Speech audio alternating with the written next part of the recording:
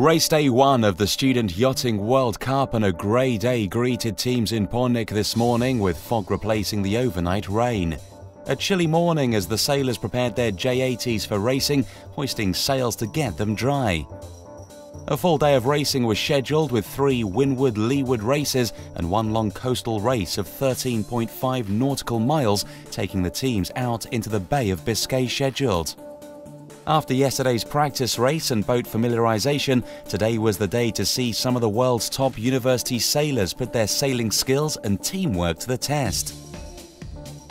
It's pretty difficult to go into a boat with 5 people, especially when we're not sailing full-time together.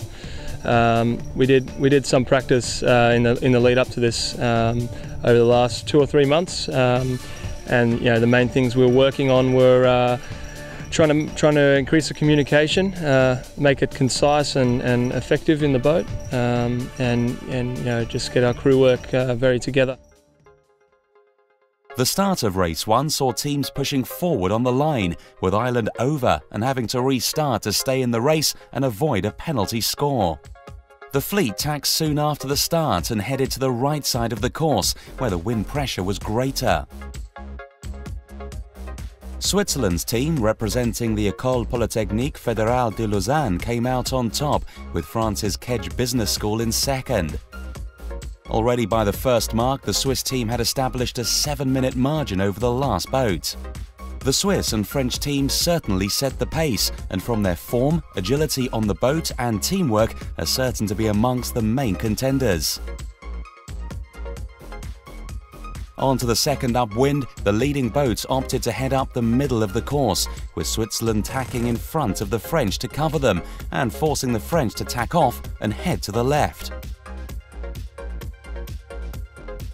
A forced tactical move turned out to favour the French, who benefited from a wind shift to the left and by the next tack crossed ahead of the Swiss and rounded the windward mark in front, holding their lead until the finish line.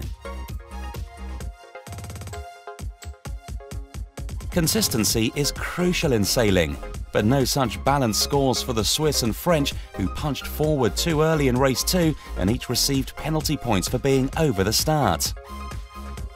Race 2 was won by Team Scotland, with Belgium's Université Catholique de Louvain in second and defending champions Ireland in third.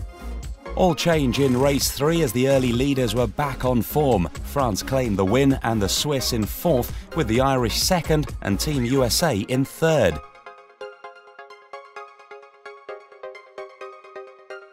Team Scotland had a strong day with results of 5, 1 and 9 and rewarded with a top 3 leaderboard place ahead of the coastal race. Expect the coastal races, not the windward-leeward, to be the game changers, as teams have plenty more opportunity to open up leads around the track, with big leaderboard gains and losses likely. In the afternoon, the sky cleared and the wind veered to the right, increasing to around 14 knots for the 13.5 nautical mile coastal race. Again, France turned on the style to seal the win, with Team USA in second and Australia's Macquarie University rounding out the top 3. Racing at the Student Yachting World continues through until Saturday, so stay tuned.